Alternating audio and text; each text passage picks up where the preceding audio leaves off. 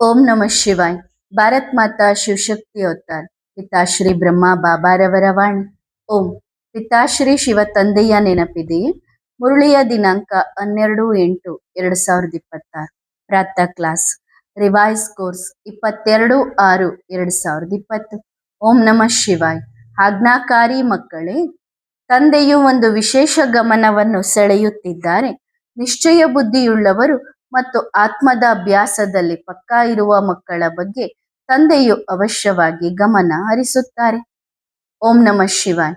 ನೋಡಿ ಮಕ್ಕಳೇ, ಭಕ್ತಿ ಮಾರ್ಗದಲ್ಲಿ ನಾವು ಏನು ಮಾಡುತ್ತೇವೆ?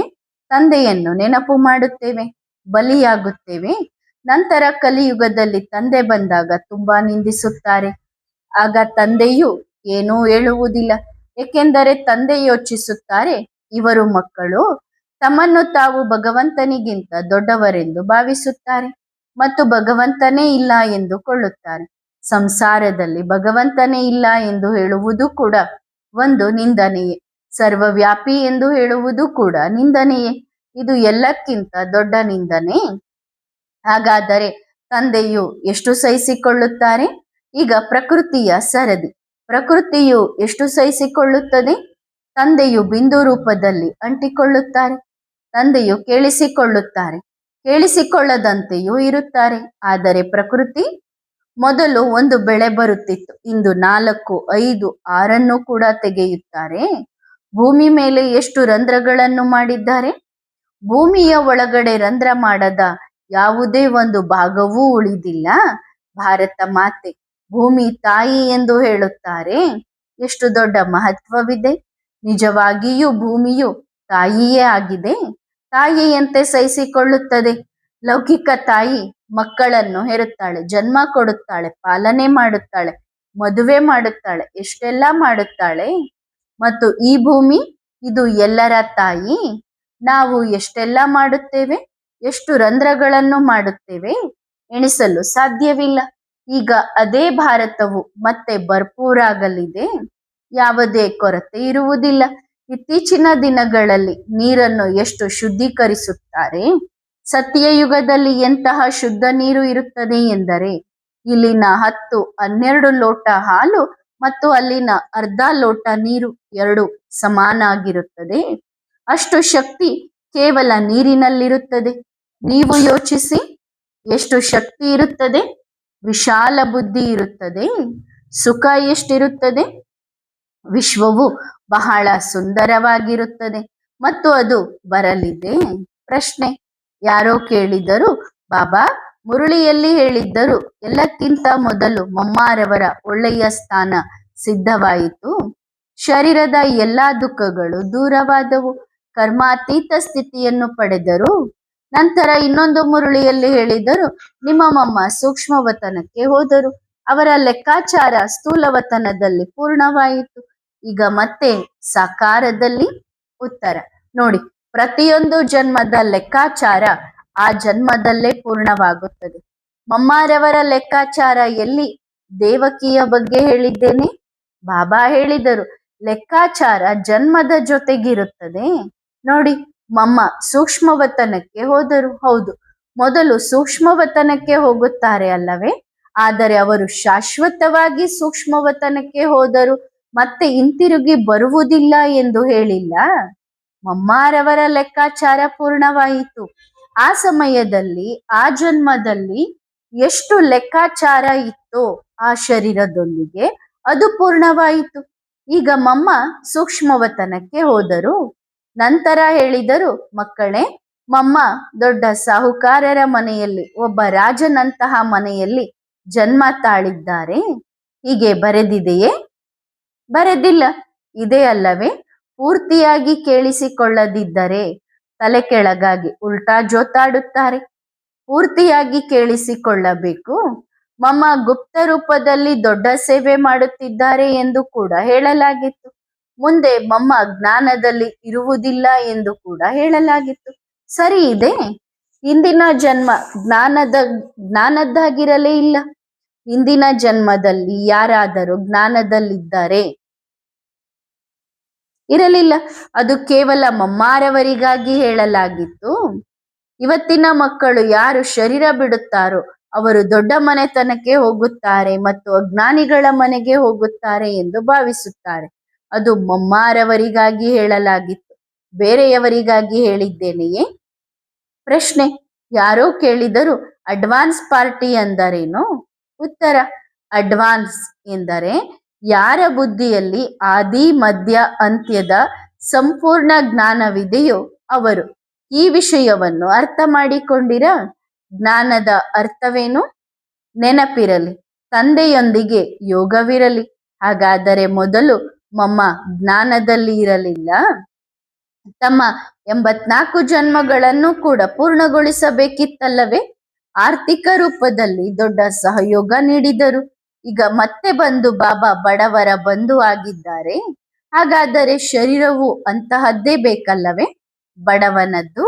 ಆಗಲೇ ಬಡವರ ಬಂಧು ಎಂದು ಸಿದ್ಧವಾಗುತ್ತದೆ. ಇನ್ನು ಹೇಳಿ. ಪ್ರಶ್ನೆ. ಯಾರೋ ಹೇಳಿದರು, ಹಾಗಾದರೆ ಎಲ್ಲಕ್ಕಿಂತ ಮೊದಲು ಮಮ್ಮಾರವರ ಒಳ್ಳೆಯ ಸ್ಥಾನ ಸಿದ್ಧವಾಯಿತು, ಕರ್ಮಾತೀತ ಸ್ಥಿತಿಯನ್ನು ಪಡೆದರು ಮತ್ತು ಶರೀರದ ಎಲ್ಲಾ ದುಃಖಗಳು ದೂರವಾದವು. ಉತ್ತರ. ಹೌದು, ಸರಿ ಇದೆ. ಎಲ್ಲಕ್ಕಿಂತ ಮೊದಲು ಮಮ್ಮಾರವರ ಒಳ್ಳೆಯ ಸ್ಥಾನ ಕೇವಲ ಸ್ಥೂಲವತನದ್ದಲ್ಲ, ಸೂಕ್ಷ್ಮವತನದ್ದೂ ಆಗಿರುತ್ತದೆ. ಅಲ್ಲಿ ಮುದ್ರೆ ಒತ್ತಲ್ಪಟ್ಟಿದೆ.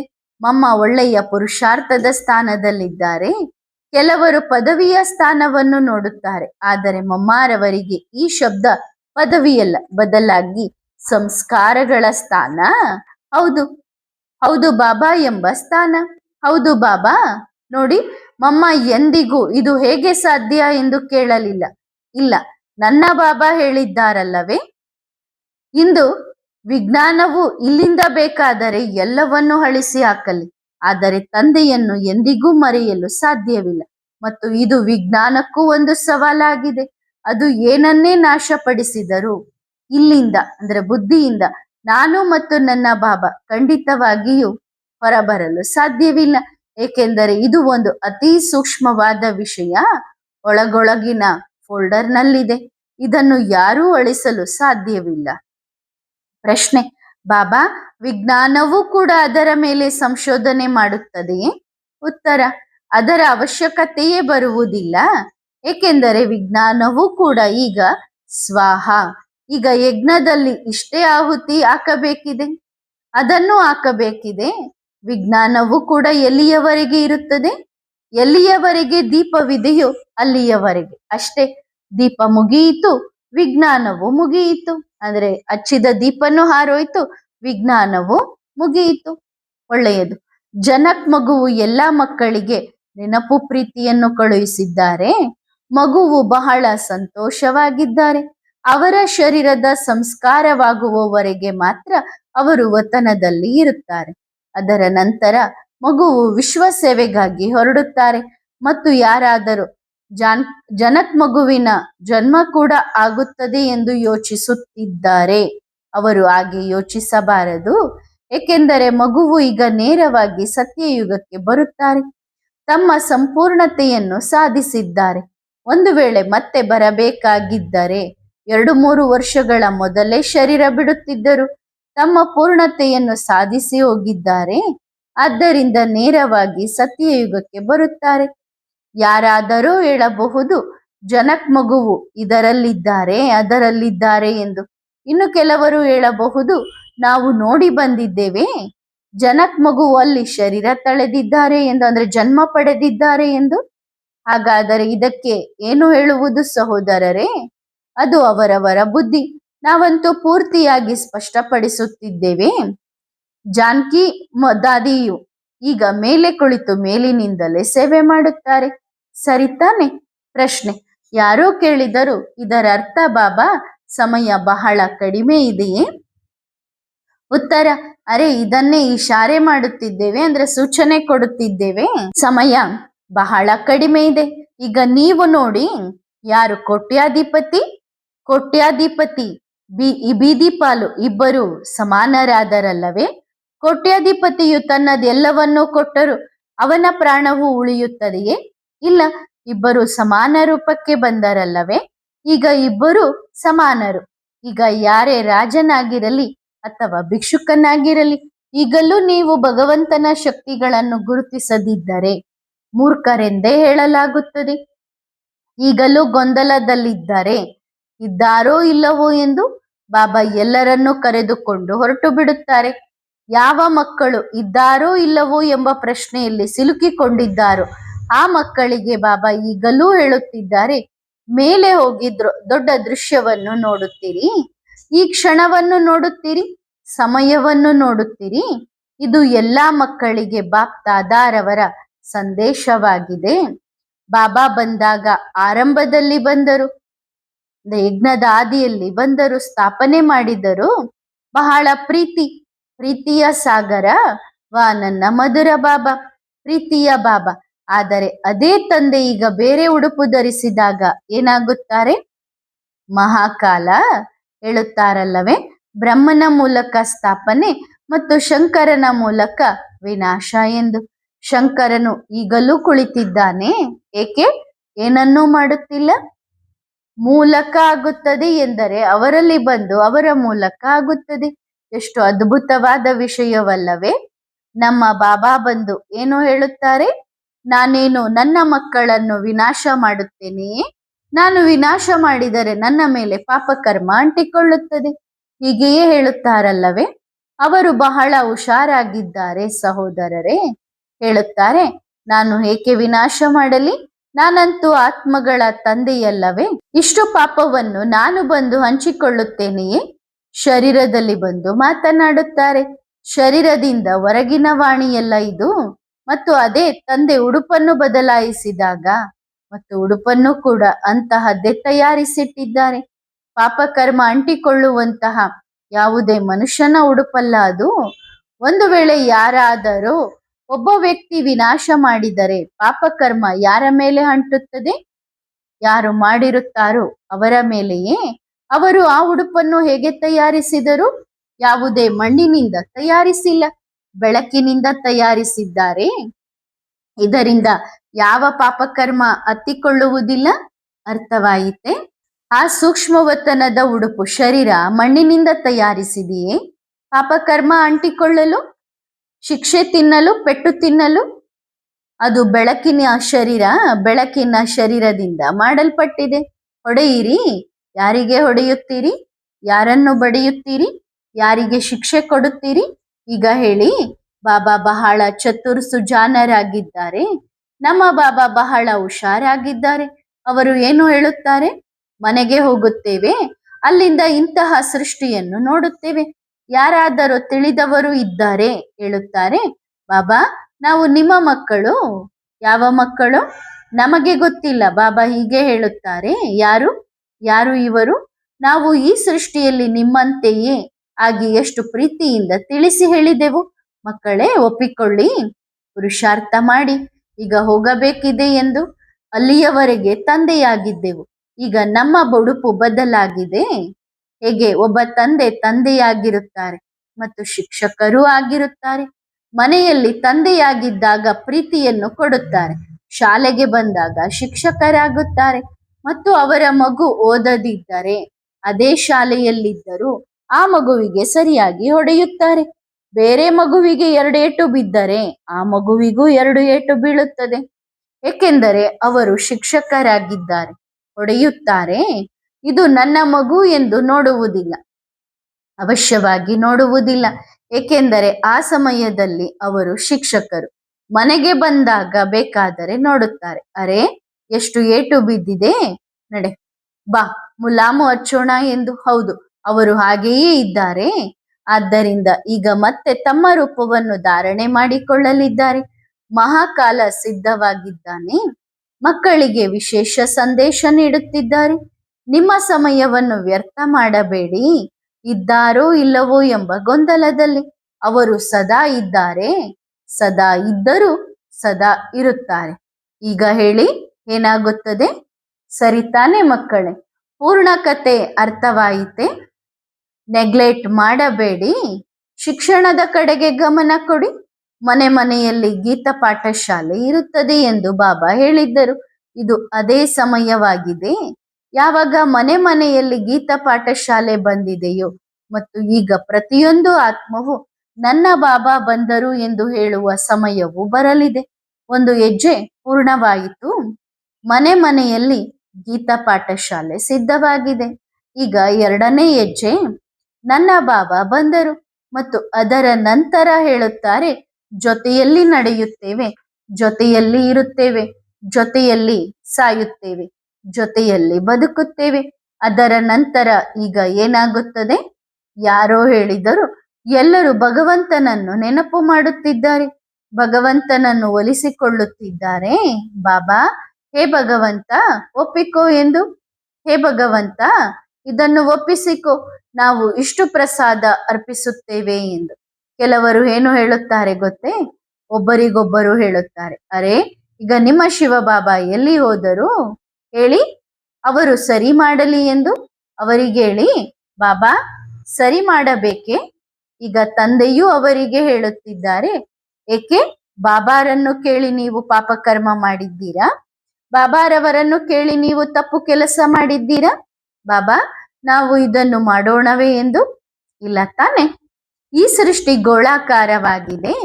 ಏನನ್ನು ಬಿತ್ತುತ್ತೀರೋ ಅದನ್ನೇ ಕೊಯ್ಯುತ್ತೀರಿ, ಏನನ್ನು ಎಸೆಯುತ್ತೀರೋ ಅದು ಮರಳಿ ಬರುತ್ತದೆ.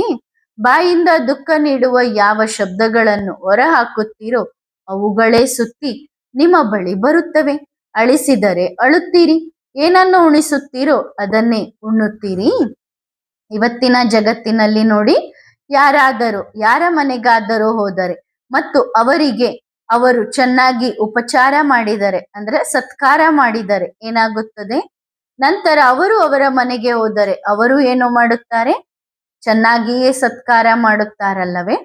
ಒಂದು ವೇಳೆ ಅವರು ಇವರ ಮನೆಗೆ ಬಂದಾಗ ಅವರು ಕುಳಿತುಕೊಳ್ಳಲು ಕೂಡ ಜಾಗ ಕೊಡದಿದ್ದರೆ, ಅವರು ಮುಂದಿನ ಬಾರಿ ಬಂದಾಗ ಅವರು ಹಾಗೆಯೇ ಮಾಡುತ್ತಾರೆ. ಅರ್ಥವಾಯಿತಲ್ಲವೇ? ಈ ಸೃಷ್ಟಿಯಲ್ಲಿ ನೀವು ಏನು ಮಾಡುತ್ತೀರೋ ಅದು ಸುತ್ತಿ ಮತ್ತೆ ಬಂದೇ ಬರುತ್ತದೆ. ಈಗಲೂ ಸಮಯವಿದೆ. ತಂದೆಯು ಮತ್ತೆ ಒಂದು ಅವಕಾಶ ಕೊಡುತ್ತಿದ್ದಾರೆ. ಎಲ್ಲಾ ಮಕ್ಕಳು ವಿಶೇಷ ಗಮನ ಕೊಡಲಿ. ತಂದೆಯ ನೆನಪಿನಲ್ಲಿ ಕುಳಿತುಕೊಳ್ಳಿ, ಕರ್ಮಗಳ ಮೇಲೆ ಗಮನ ಹರಿಸಿ ಮತ್ತು ಈಗ ನಿಮ್ಮ ಬಗ್ಗೆಯೂ ಗಮನವಿರಲಿ. ತಂದೆಯಂತೂ ಗಮನ ಹರಿಸಿಯೇ ಹರಿಸುತ್ತಾರೆ. ನಿಶ್ಚಯ ಬುದ್ಧಿಯುಳ್ಳವರಾಗಿದ್ದಾಗ ಮಾತ್ರ ತಂದೆಯು ಗಮನ ಹರಿಸುತ್ತಾರೆ. ತಂದೆಯು ಒಂದು ವಿಶೇಷ ಗಮನವನ್ನು ಸೆಳೆಯುತ್ತಿದ್ದಾರೆ. ನಿಶ್ಚಯ ಬುದ್ಧಿಯುಳ್ಳವರು ಮತ್ತು ಆತ್ಮದ ಅಭ್ಯಾಸದಲ್ಲಿ ಪಕ್ಕಾ ಇರುವ ಮಕ್ಕಳ ಬಗ್ಗೆ ತಂದೆಯು ಅವಶ್ಯವಾಗಿ ಗಮನ ಹರಿಸುತ್ತಾರೆ.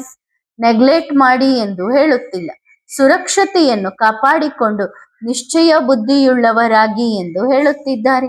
ನಾವು ಅಲ್ಲಿಗೆ ಹೋಗುತ್ತೇವೆ ಮತ್ತು ಬಾಬಾ ನಮ್ಮನ್ನು ಉಳಿಸುತ್ತಾರೆ ಎಂಬಂತಹ ಮೂರ್ಖತನದ ಕೆಲಸಗಳನ್ನು ಮಾಡಬೇಡಿ. ಪ್ರಪಂಚದ ಸರ್ಕಾರದಿಂದ ಏನೇನು ಆದೇಶಗಳು ಬಂದಿವೆಯೋ ಅವುಗಳ ಮೇಲೆ ಗಮನ ಹರಿಸಿ ಮತ್ತು ಎಲ್ಲಾ ಮಕ್ಕಳು ತಮ್ಮ ಮನೆಯಲ್ಲಿ ಕುಳಿತು ಓಂಕಾರದ ಉಚ್ಚಾರಣೆಯನ್ನು ಪ್ರತಿದಿನ ಬೆಳಗ್ಗೆ ಮತ್ತು ಸಂಜೆ ಕನಿಷ್ಠ 10 ನಿಮಿಷಗಳ ಕಾಲ ಮಾಡುತ್ತೀರಿ. ಸರಿ ತಾನೆ? ಅಂದ್ರೆ ಇದು ಕೊರೋನಾ ಟೈಮಲ್ಲಿ ಬಾಬಾ ಏನ್ ಸರ್ಕಾರದಿಂದ ಏನ್ ಡೈರೆಕ್ಷನ್ ಬಂದಿರುತ್ತೆ ಅದನ್ನ ಫಾಲೋ ಮಾಡಿ ಅಂತ ಹೇಳಿದ್ರು. ಇದನ್ನು ಎಲ್ಲಾ ಮಕ್ಕಳಿಗೂ ತಿಳಿಸಿ. ನೀವು ಮಕ್ಕಳು ಕೂಡ ಮಾಡುತ್ತಿದ್ದೀರಲ್ಲವೇ?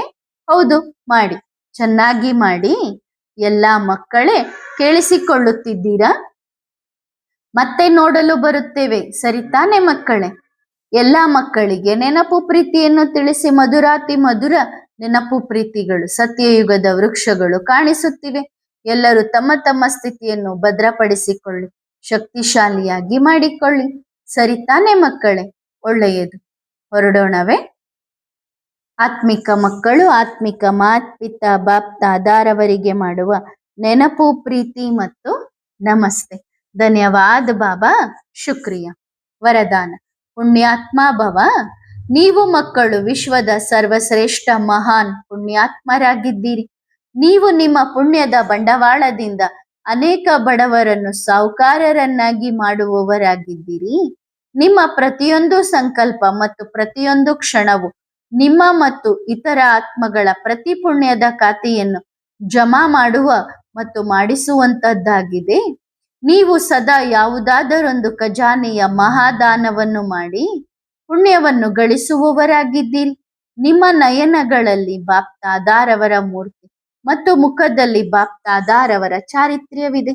ಈಗ ವಿಶ್ವ ಕಲ್ಯಾಣಿಯಾಗಿ ದಯಾಮಯಿ ಕಿರಣಗಳ ಮೂಲಕ 4 ಕಡೆಯ ದುಃಖ ಮತ್ತು ಅಶಾಂತಿಯ ಅಂಧಕಾರವನ್ನು ದೂರ ಓಡಿಸಿ ಒಳ್ಳೆಯದು. ಓಂ ನಮಃ ಶಿವಾಯ.